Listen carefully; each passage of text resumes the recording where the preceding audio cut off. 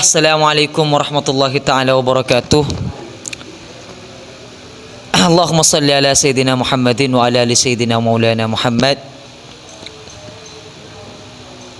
Puji tasyakur kita kepada hadir Allah subhanahu wa ta'ala, yang mana Allah subhanahu wa ta'ala telah memberikan kita nikmat dan hidayah serta ma'unahnya, sehingga kita bisa berkumpul dan bersua dalam kajian yang sesuai dengan syariat Islam, yang sesuai dengan tuntunan Nabi kita Nabi Muhammad sallallahu alaihi wasallam.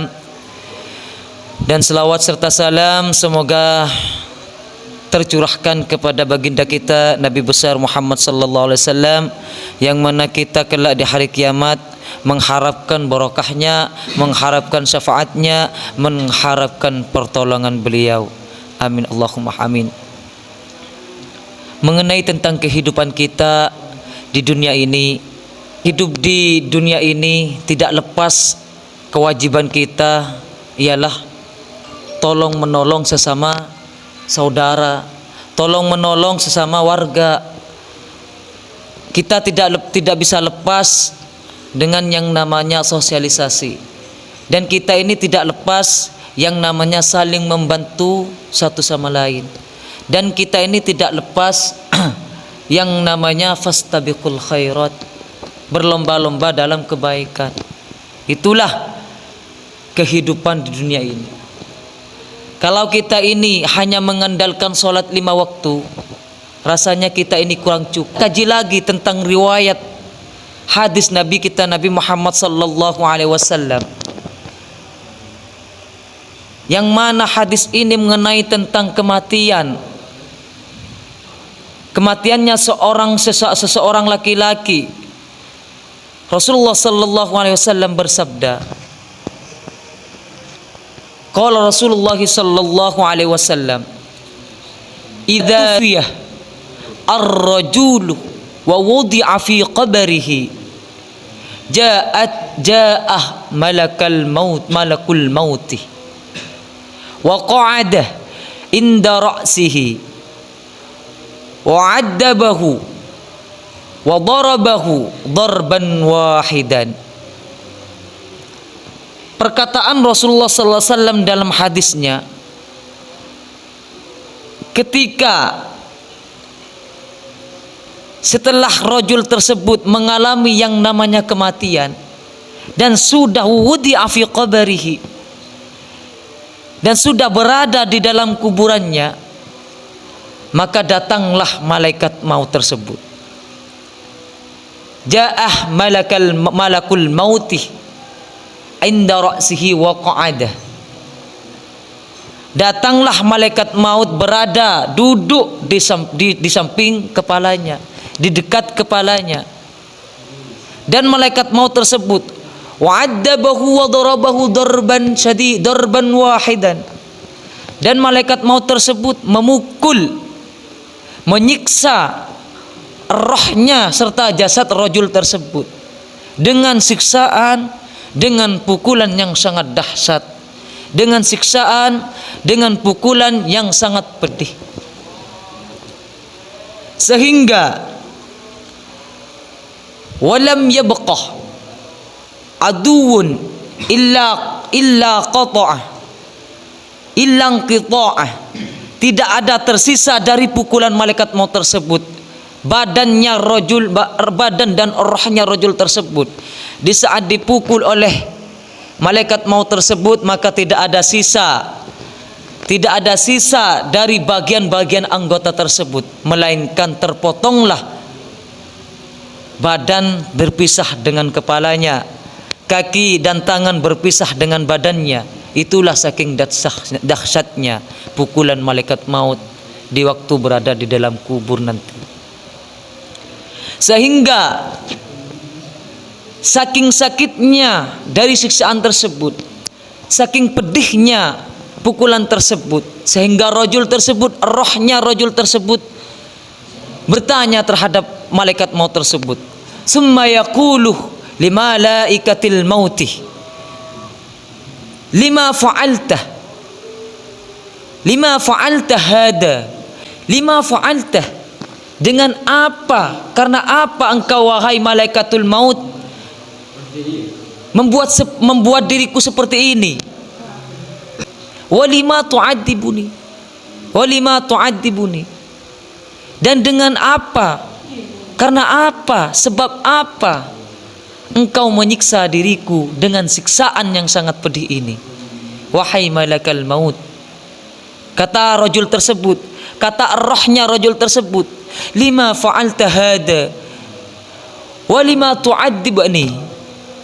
Kenapa wahai malaikatul maut kamu menyiksaku sedemikian sangat pedih, menyiksaku dengan sedemikian sangat parah sehingga saya ini tidak kuat? Maka saking tidak kuatnya rohnya rajul tersebut, maka berteriaklah rohnya tersebut sehingga yasma'uha ma bainas samawati wal ardi illa jinni wal insi. Saking kencengnya teriakan roh tersebut karena sakitnya siksaan malaikatul maut, penduduk langit dan penduduk bumi mendengarkan jeritan-jeritan roh-roh yang saat disiksa oleh malaikatul maut, yang tidak mendengar kecuali jin dan manusia. Sebab apa malaikat maut tersebut menyiksa roh rajul tersebut sedemikian rupa, sedemikian pedih? Sedangkan rajul tersebut berbicara terhadap malaikat maut, ya malaikatul maut, kuntu uqimul lis-shalah. Kenapa kau menyiksa saya wahai malaikatul maut?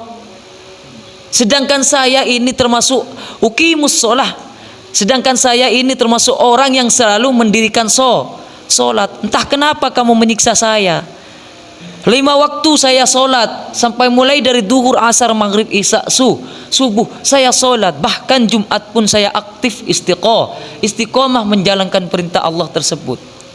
Wa udiyatus zakah, wa udi zakah, dan saya selalu mengeluarkan zakat. Apa sebabnya wahai malaikatul maut saya ini disiksa, saya ini dipukul dengan sangat pedihnya? Terus wa asumu shaum Ramadan, dan saya aktif istiqomah berpuasa dalam 1 tahun, berpuasa 1 bulan di bulan Ramadan. Saya tidak pernah batal, 1 hari pun tidak pernah batal. Wahai malaikatul maut, kenapa engkau menyiksaku dengan sangat pedih? Kenapa kau memukulku dengan sangat parah sehingga saya tidak kuat, sehingga saya ini berteriak sehingga penduduk langit dan bumi mendengar keteriakan saya? Summa yaqul, maka malaikatul maut menjawabnya, innaka li'annaka marartu, karena sesungguhnya engkau wahai fulan, di saat marartu yauman, di waktu kau berjalan, kenapa saya ini menyiksa kamu? Limada u'adzibuka, kenapa saya menyiksa kamu? Kata malaikat maut terhadap fulan tersebut, innaka idza marartu, ketika kamu lewat yauman, di suatu hari, bimadlumin, di saat kamu berjalan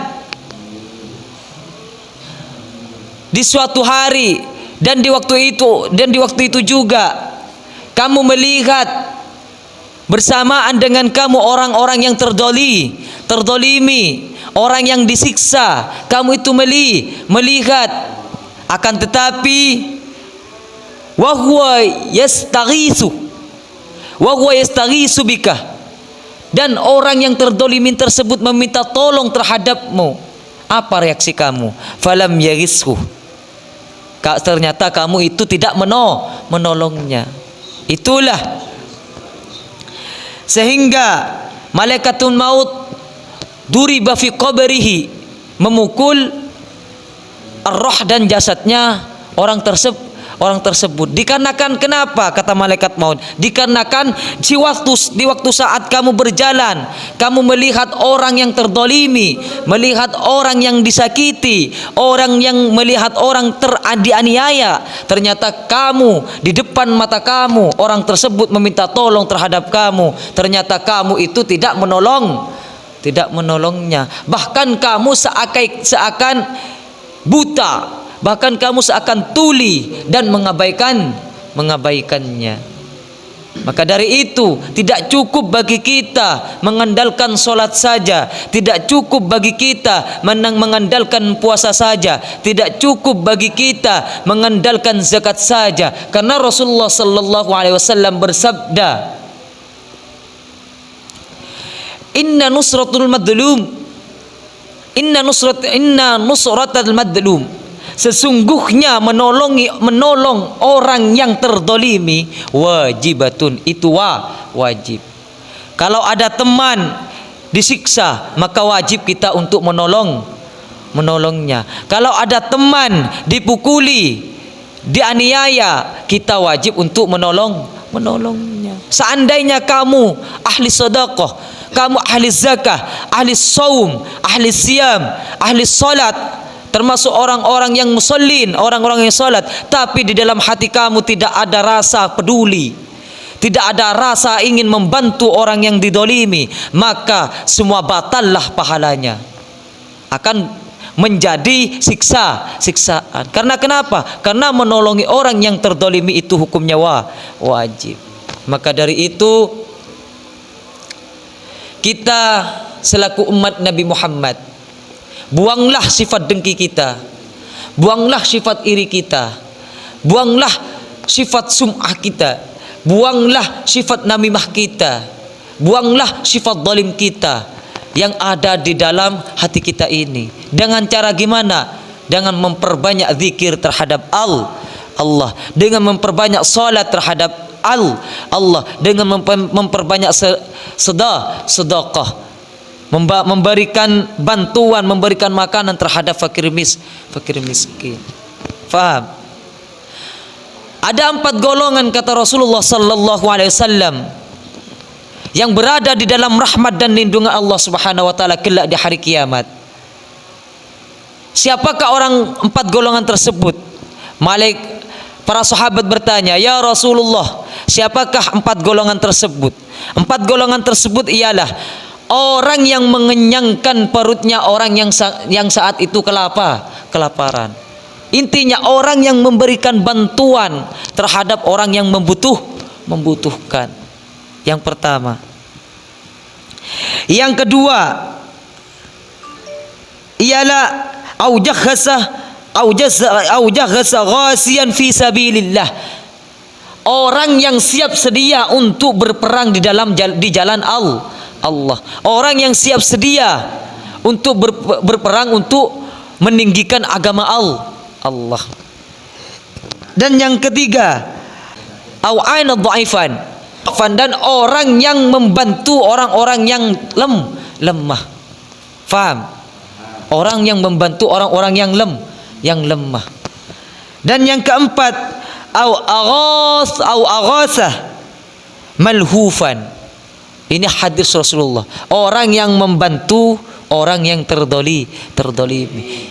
Yang pertama, kelak di hari kiamat nanti akan ditempatkan oleh Allah Subhanahu wa taala di mimbar, yang mana mimbar tersebut terbuat dari cahaya. Di hari kiamat berada di dalam naungan Allah, di hari kiamat berada di rahmat Allah, berada di dalam maghfirah Allah. Siapakah 4 golongan tersebut? Orang yang selalu memberikan makanan terhadap orang-orang yang kelaparan, orang yang selalu siap sedia untuk menegakkan agama Allah, orang yang selalu membantu orang-orang yang lemah, orang yang selalu membantu orang-orang miskin, orang-orang yang selalu membantu fakir miskin, orang-orang yang selalu membantu kaum duafa, orang-orang yang selalu memakmurkan anak yatim. Yang terakhir ialah orang yang membantu orang-orang yang terdolimi, orang yang membantu orang-orang yang tertindas, orang yang membantu orang-orang yang teraniaya. Maka dari itu Kita sucikan hati kita dari sifat-sifat dengki. Sucikan hati-hati kita dari sifat dolim. Sucikan hati-hati kita ini dari sifat namimah. Mungkin sekian pengajian ini, tausiah ini. Apabila ada kekurangan dan kurang sopanan baik dari tutur sapa kami mohon maaf. Apabila ada kesalahan, kami siap untuk menerima kritik dan sarannya. Wabillahi taufiq wal hidayah. Assalamualaikum warahmatullahi taala wabarakatuh.